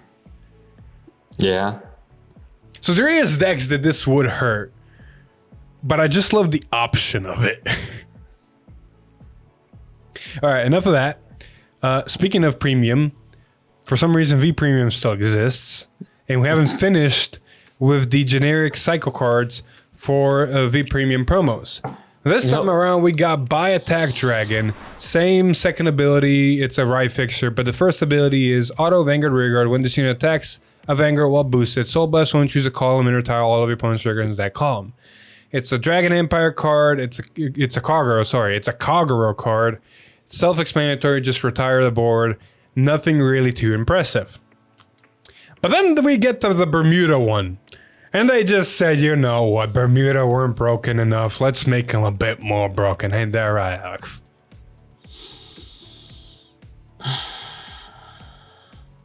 I don't know what to say about this, man. It's just, it bounces a rear guard for a counter blast. You don't have to say, you just have to read the name and the effect. Fine. Live happy, I ain't gonna say the name. Vacanus. That. Whatever. Jermaine. Auto Vanguard rear guard when its unit attacks while boosted, cost counterblast 1. Choose one of your other rear guards, return it to your hand. Your opponent's Vanguard is grade 3 or greater. Choose one mermaid with a different card name from this unit and put it and call it a rear guard. Oh look, another fucking bounce attack in Bermuda. I love how they tried to say mermaid, so you can't just splash lyrical cards with this in premium. But yeah. But it's some lyrical cards are mermaids. But it's still a bounce call. You know what's really dumb with this in V Premium? What? You after your grade 1 rush with your what's her name? The grade 2 that counts as a grade 1 when you call it. You know what I'm talking about? Oh, Lizlet. Lizlet. You swing with Lizlet, you swing with this, you bounce the Lizlet, you call Lizlet back later down the road. I mean, Lizlet is a hard once per turn, but yes, you balancing that. Q-Tire got restricted, I believe, in one of the formats. Q-Tire is an option. No, but what I realized, I don't remember. One of Premium Bermuda's main, or even V Premium Bermuda's main gimmicks is to say, you know what, Anj is going to get me this grade 3 on rearguard that is able to restand on rearguard. I don't remember what its condition to restand is. Because if it can get bounced and called again, what's stopping it from doing the restand ability again? This is where I wish I knew a little bit more about premium cards. But that just crossed my mind. I don't remember if it was the grade 2 or the grade 3, but the jump ride for Revier, you can fix your ride line now. Turia, I think she was. Turia needs 3 bounce triggers in a turn to restand. I think it's a CB to restand, but I don't think it's a hard once per turn. I don't remember. Nope. I don't think it is. Yeah. Cool. I'll let Bermuda players start cooking on that one. Yeah. We need to move on because we're still not done. I know. We're We got still much not more. done. We got some Hexorb support. It's actually fucking good. Yeah. We Look got up. Delta Append Sorceress. It's a double rare grade 2 that just basically said to the cycle card, you know what, I'll do your effect without persona writing. Auto, when this unit is placed on rearguard from hand, if you have a grade 3 or greater Vanguard sorcerer in its card name, +1, look at the top 2 cards of your deck, choose a card from among them, put it into your hand, and put the rest on the top or bottom of the deck. If you persona row this turn, choose up to 1 critical trigger or front trigger from your hand, reveal it, and put it on the top of your deck. Bruh. I don't know what to say, man. Like, the deck already just kind of sacked you to death. Now it just sacks harder. Bruh, this is literally the Keter cycle without needing to persona ride. But if you did, you get a little bit of extra spice. I don't know if you call it extra, a little bit extra. That's a lot of spice. You're guaranteed a crit trigger off of that triple drive that you're gonna get, I know, right? and it's a guaranteed 20k trigger. I know, right? You know what I'm glad about? That all this good Hexorb support is always in grade 2s. So they almost never have good back row grade 1 boosters. And I'm okay with that. What I am scared about if they ever get an order or a brain grade that says your grade 2s have boost. Then I'm going to be scared of Hexorb even more. I will say that out of all the games that I've been fighting with Hex Orb in this past month, the amount of times I've gotten over triggered out of the best of 3s, I'm not happy about this. We had this discussion. If you go on our channel and watch every Hexorb game that I played the deck, I think you're going to find maybe one where I actually ripped the overtrigger in Hexorb. Just so you know, Friday, Hector played Hex Orb. He won with Hex Orb, by the way. He got first place. Yeah, let me guess. He ripped overtrigger every turn, every game? On my game, he ripped it 3 times. I think he ripped a total of 7 or 8 overtriggers in the entire tournament. I don't know how you guys do it. I keep looking at the top deck and I don't ever see shit. Anywho, we got to move on. This is some stuff I do want to see. Bruce, Viaman's Bruce to be more specific, finally got support that could potentially put him on the map. With 2 cards. First one, we have Diabolos Tailbacker Derek. Not Derek, D-E-R-E-K. Key? Sorry, K. But Derek. I think it's still pronounced Derek, but I'm going to go with Derek to kind of distance the two. 8K grade 1. Auto rearguard when you final rush. This unit gets continuous rearguard during the battle that this unit boosted. When your opponent would call cards from their hand to Garden Circle, they must call 2 or more at the same time. A Baldora and 5k power until the end of the turn. At the end of the turn, retire this unit. This ability is mandatory. One thing to note right away, while you do lose him at the end of the turn, for that turn, he makes himself a 13k Baldora for the column, and then potentially restands, becomes an 18k Baldora for the column. So he's enabling 2 swings to be Baldoras while boosting the unit for 13 and then 18. This also gets dumber when we talk about the other card that comes after it. I know, right? We got Diabolos. Rapid is not an understatement. Carrier Geno.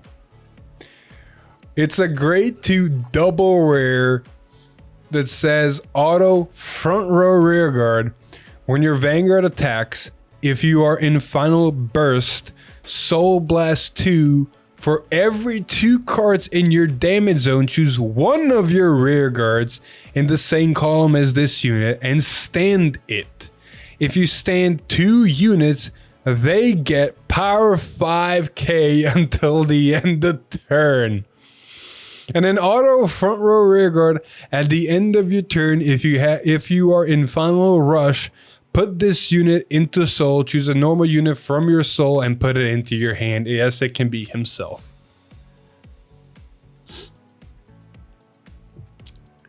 So Bruh. now they got 5 attacks.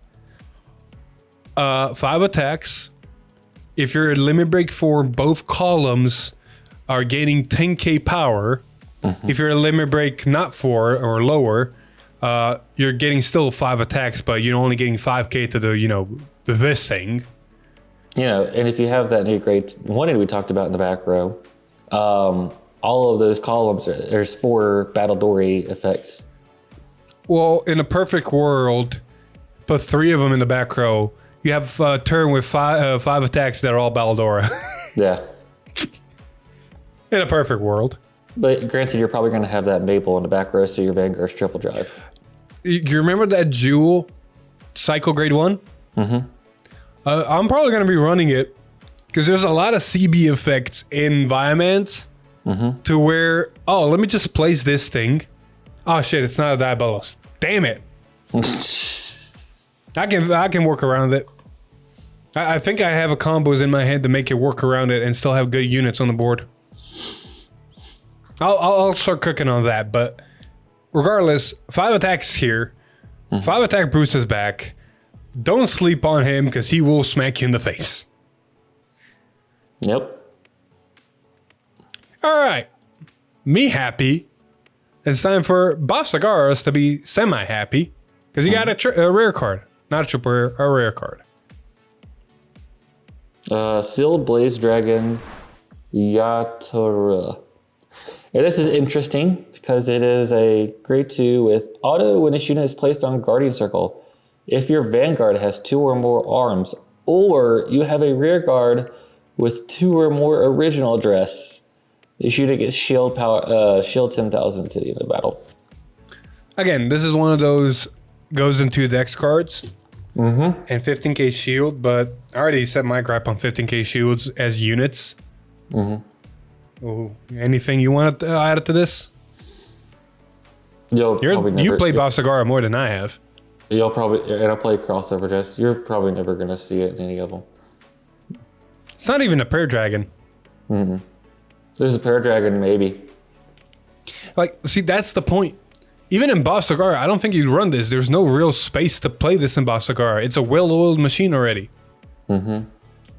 So we're getting a lot of these cards that are shields, but honestly, not a lot of decks want to run them because then you're not really doing your main mechanic. Sure, you're getting 15k shield more in your hand, but are you really doing anything with that? Yeah.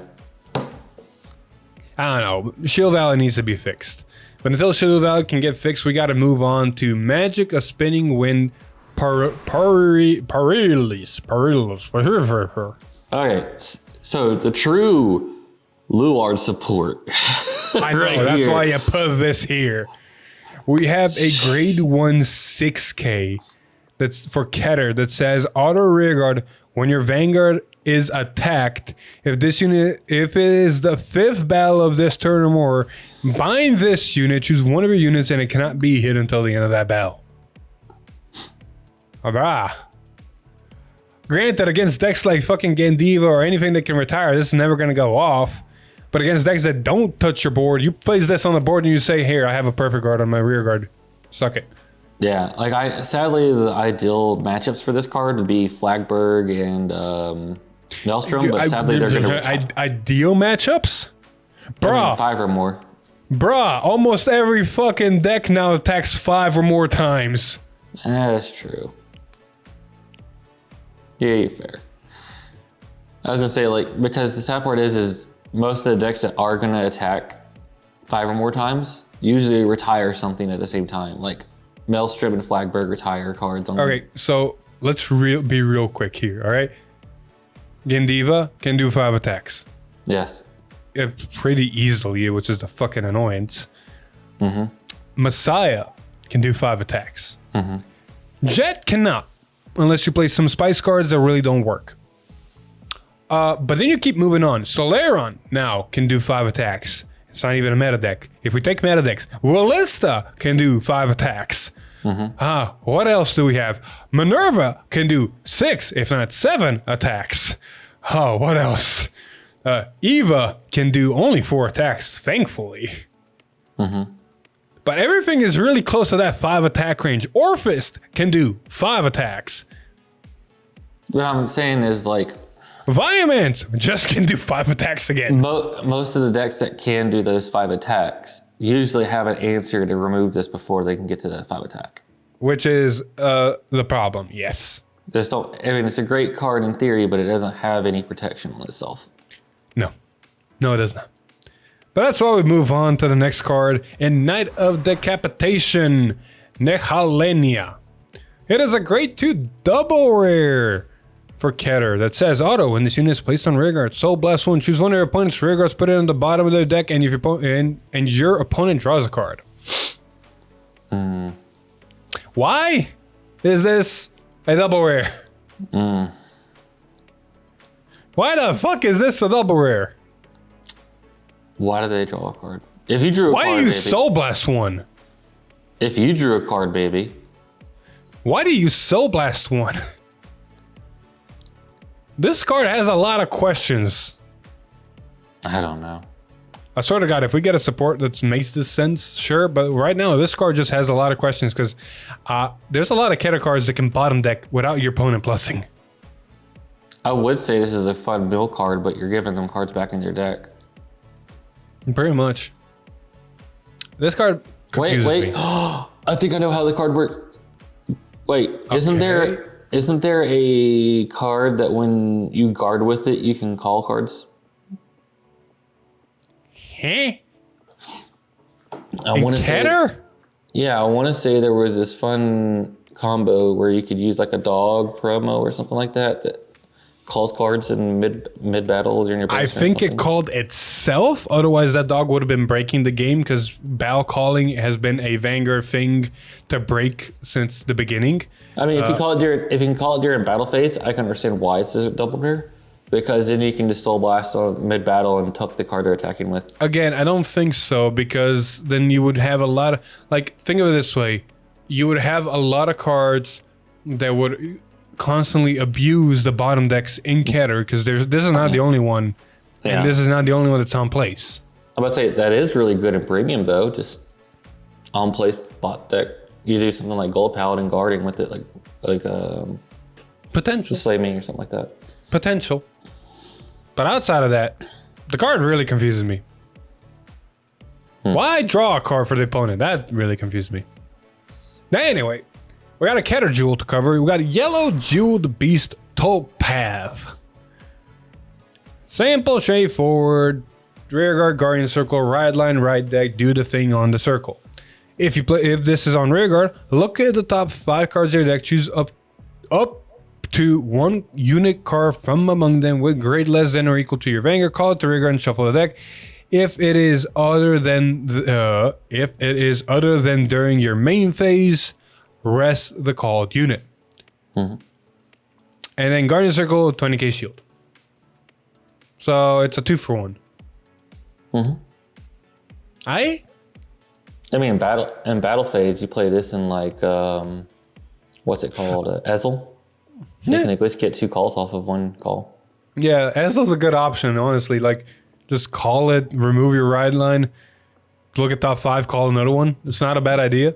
I just realized you can technically run this in Thegra and do the same thing. Cannabis one, look at top 5. Oh, look, call, remove, call. Yeah. So it's got potential. Honestly, these jewel cards are starting to look like they have a lot of potential in almost every single deck. Except for the Dragon Empire one. Just draw a card is kind of meh.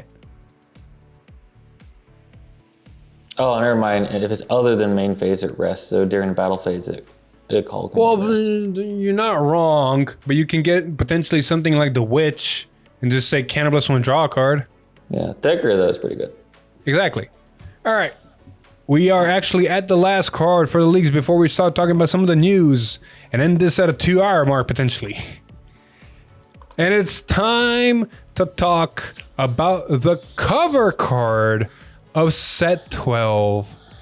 Cardinal Morse Orphist Mask. A lot of people have been skeptical about this. I'm very much excited for his ability because I see a lot of combos and potential. This card is dumb. I know, right? We're going to start off with the normal ability of continuous. This card can only be written from a grade 3 with Orphis in its card name. Then we go with the remove from game ability. Act Vanguard once per turn costs remove a card with Orphis in its different card name from this unit's from hand, soul, or drop. Choose a world card from drop and put it into the order zone. So you can potentially put the make a token or the buff a token or just plainly just draw a card. But this is where it gets fun. Auto Vanguard when this unit attacks. Counterblast 1, put any number of war cards from your order zone into drop. And call up to the same number of Shadow Army tokens as the number of war cards put into drop for this cost to rearguard with units. If you call 2 or more cards, this unit gets drive +1 until the end of battle. Oh yeah. Oh yeah. So you're telling me I can ride Regis, play some orders in my order zone, potentially either draw cards, make Shadow Army tokens, or just make Shadow Army tokens big. Play a normal order from hand. Use the mask. Bump my soul. Ride him. Potentially Persona Ride. Use his ability to either remove the Orphis in my soul or a Orphis I potentially ditched in the early game or whatever. Get another order card that's gonna plus me a draw card or a token or make tokens bigger. Do what Orphis Regis always did, just make board go burr. Count in the grade 2 from the trial deck or the trial deck that's just good because when it gets placed over you draw a card or ditched, I think you draw a card even. So not only do I get 2 attacks, swing with Orphis, get my Shadow Army tokens. I only really need 2. Get rid of potentially the draw card Shadow Army token generator orders from my order zone because I can leave the power buff one in there. Get an extra drive and get 2 more attacks after that are buff tokens. So this is just a better Regis where you don't have to CB. Or you do have to CB. You don't have to ditch a card. You plus a card. Bruh. On top of that, I don't even think people realizing the numbers. They're complaining about the Zorgamass numbers. Bro, like if you have just the order that gives 5k to your tokens, and you're on a Persona Ride turn, those are 50k columns. Yeah. Without any other buff other than that. Okay, so easiest way to imagine this card. You play Orphis Regis, but you have 2 more cards in your hand, if not more, constantly.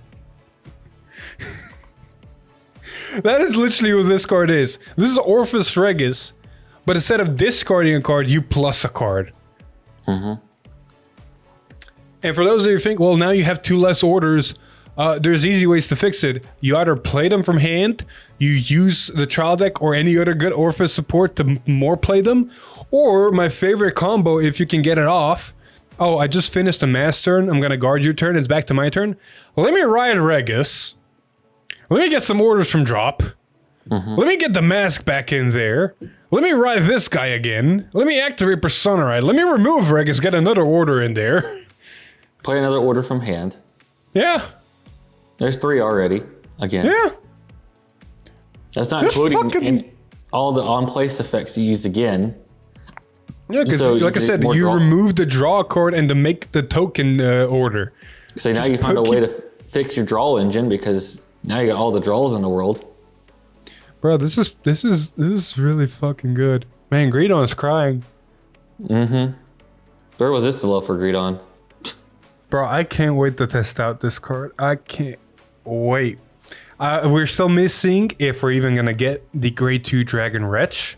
I'm pretty sure with the upcoming Tuesday stream when they officially reveal Orphis, because this was the Tuesday stream, we're not only going to see the Dragon Wretch grade 2 that searches out the mask We're going to see another support grade 1, and I think it was, that also calls out Shadow Armies when it's called over. Exactly. Because there's a lot of cards from the episode that showed this deck is going to go places. And I'm never going to forget, the trial deck exclusive card is also fucking amazing and makes a lot more sense. But I was worded the way it was. Because it was literally worded as like, if you don't have an order in your order zone, grab it from drop, place it in there. It only made sense in the early game. Now it makes even more sense. And there's more ways to recycle your orders from your drop too, from that card. Bro, I can't wait. But I can wait, and we can actually move on to the news section. But before we do that, there is one spiel we forgot. If you're interested in getting any cards from TCG Player, think about using the affiliate link down below when you do. Yep, you can help support the channel, and so we can be more videos like this straight to you guys. Exactly. So we got a couple of news to talk about. Most of you probably already know about this, but this is more just to refresh what's going on. The premium Stride deck sets for both Shiranui and Luard, we know exactly what we're getting. Yep. We're getting a nice big ass box. We're getting sleeves, a playmat, the top loaders with designs on them, as well as a even better looking deck box than the Messiah one, in my opinion. And I think this one is also leather and hard, not a plastic one. It is. I can tell from the box. It's not shaped like the other ones. Also, we did lose the fighter coins, but I mean, we get sleeves for it, so I'm okay with that. I think sleeves are better than fighter coins. Fight beyond that. I mean, how often do the people actually use the fighter coins? I thought I was going to use them more. They're actually not that convenient. Yeah, most people. Because it's hard because you need to find like, where's that one? Yeah, because most people were like, and I'll never touch these again. But not only did we get confirmation on the products, we also got confirmation on the ride line. And for sure, Nui, Alex, do you recognize the ride line? Yeah, we got the OG starter. I forgot the name, but it used to be the guy that gained 5 or 2k for every time a dominated unit attacks. So Stealth Dragon, Genkai, Seizu, and Madoi. They're all Stealth Dragons. I remember Genkai, because that was the guy who drew you cards, but I forgot the other 2 names. Seizu and Madoi. That. So yeah. Fun stuff. We'll see what they actually do. I mean, the grade 1's probably just going to make a crest and draw a card as per usual, but seeing what the grade 2 does is going to be interesting. But I also got confirmation that we are getting Shiranui Mukuro inside as one of these strides for the Stride deck set. Now on the Luard side, same thing. Box, playmat, sleeves, top loaders, yada, yada, yada. His ride line is very familiar. You got Root, Nyes, and Leofall. Oh, yeah. And again, more than likely, Nyes is going to be making a crest and drawing a card. Root's just, draw a card going second. So the only question is going to be, what is Leofall's effect going to be? I think I have it inside of what it's going to do. You know what I want it to be? For the rest of the game, your Vanguard loses Ritual. No, it's probably going to plus a card to your board in some form or fashion so that Luard can kill it when you stride. You got to think it in the context of the nation and what the deck does. Because Smoke Gear doesn't do anything like its old copy does. Neither does Awakening. They both had effects that complemented what the deck wanted to do. For Upstream, it was the fact that, or Smoke Gear, not Upstream, excuse me. For Smoke Gear, it was the fact that you found your Strife Fodder, which for Jet was kind of obvious, but at the same time, it did potentially give you grade 3s that you can call the rear guards, that you can time leap into, and they're grade 3s, yada, yada, yada. For Messiah, it was making a unit that you can lock, so you don't have to prematurely call units from hand. You can just get them from Soul, not lose Soul, and still get a unit you can lock, so you can lock your opponent. So you got to think for both Shiranui. Before we go to that, the Stride for Luard is Drag Strider Luard. So it's going to have a fun finisher. Exactly. But back to what I was saying is, what does the grade 2 have to do to complement the grade 3's main mechanic? Well, Luard So- it wants to retire a rear guard to call 2, so it's probably going to put a unit on the board somehow so that way he can retire it. So it could potentially call itself out of soul like the Awakening did, or it can call a grade 1 or less from drop to rear guard, which was going to force you to kind of think ahead. Yeah. Or if it's for broken sure, enough, it falls Nui- from deck. For Shiranui, it needs to be something that will allow your opponent or allow you to dominate your opponent's stuff. So it might just force a card from their drop onto the board. I can see that. I mean, Shiranui already does that. It will Yeah. need to kind of... Oh, I know what it can do. I think it'll potentially make it to where the dominate unit gains extra power. That too. Just call itself out and then give it power to something. When Yeah. dominate. Yeah. I can see that. Well, regardless, we'll see what it actually is, because other than Awakening, Smoke Gear never really had an incentive to be ran at a 4 of. Awakening actually can be ran at a 4 of in the deck if you just want to put it in the back row and lock it next turn, but it's really hard. We'll see how it works with these. Yeah. One thing I do want to know about this real quick, Luard and Shiranui are the only two out of all the Stride deck sets, granted we only have 4, that if you don't Stride, you're not playing the game. Yeah. Messiah can at least still swing and unlock its stuff to draw if it has a soul. Jet's busted because it's a quintet, it's a guard restricted with 5k with crest ability. That's stupid. But Luard doesn't have any Vanguard abilities if you stay on him. Granted, you're never going to miss Stride with him. Yeah. But Shiranui, if you don't got a grade 3 to ditch for Stride, you're sitting on a dead card. Unless the crest somehow fixed that for both of them. Please no. Please no. We don't know what the other effects are going to be. Well, moving on, speaking about products, we do have a semi-product schedule for English right now. We've already passed the premium battle deck sets for both Grand Blue and Pale Moon. We've gotten our Stride deck set for Messiah, and we've gotten our Dragon Masquerade set 10. We've opened booster set or Festival Booster 2023 literally a couple days ago. So on the horizon right now, we got August 11th for the Premium V Premium Special Series. And then September 15th, we got Clash of Heroes Booster Set 11. And then later in October 6th, we got the 3 trial decks for Grand Grace, Favernil, and Orfist. So the horizon is looking very nifty. One thing to note for the Clash of Heroes, we are gonna be getting the Bang Dream triggers inside of that set. See, this is why I say quintuplets are potential, because Bang Dream is also something that Bushiroad has licensed for Weiss. And it's coming out, I think, in the same set that it did for Japan. I think Bang Dream was in this set, if I am not mistaken. Could be very much mistaken, though. But crit triggers, 33 card types of parallels, and yes, they can be used in V Premium deck constructions because they're completely nationless. Apparently, Bang Dream collaboration cards included in Clash of Heroes can be used in V Premium. So there you go. Cool.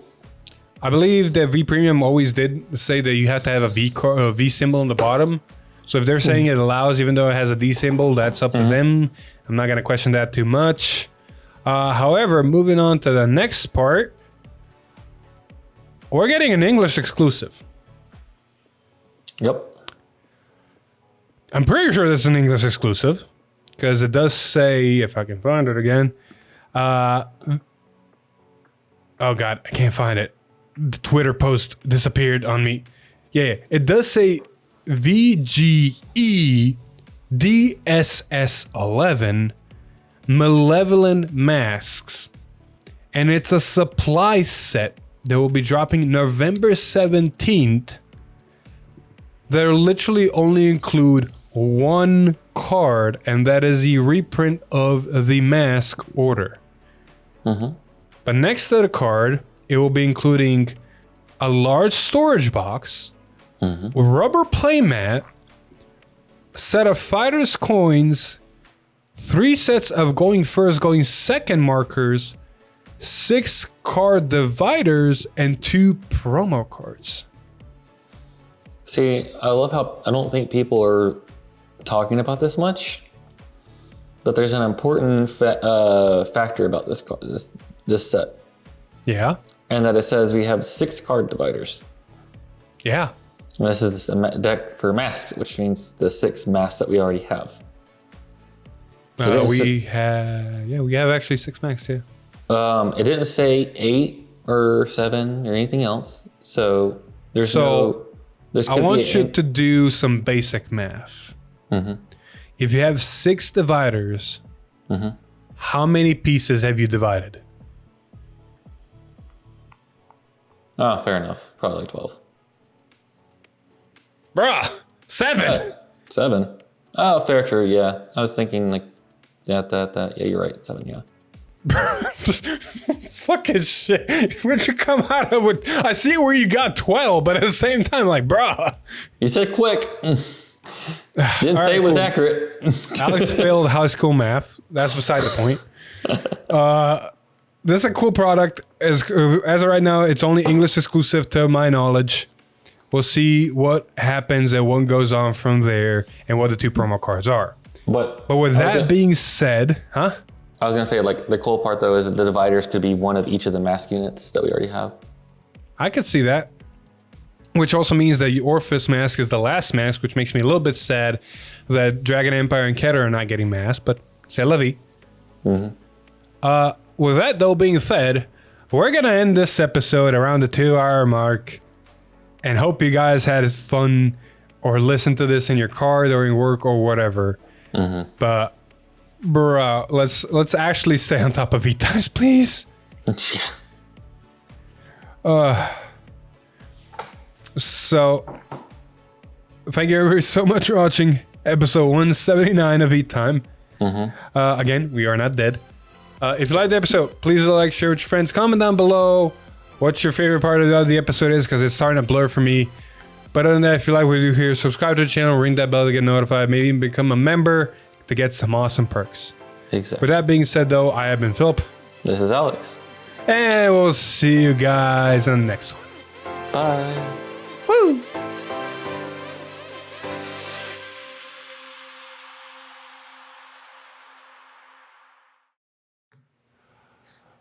Let's please not skip a V-Time. We do not need 2-hour episodes because I do not want to edit 2-hour episodes. Fair enough.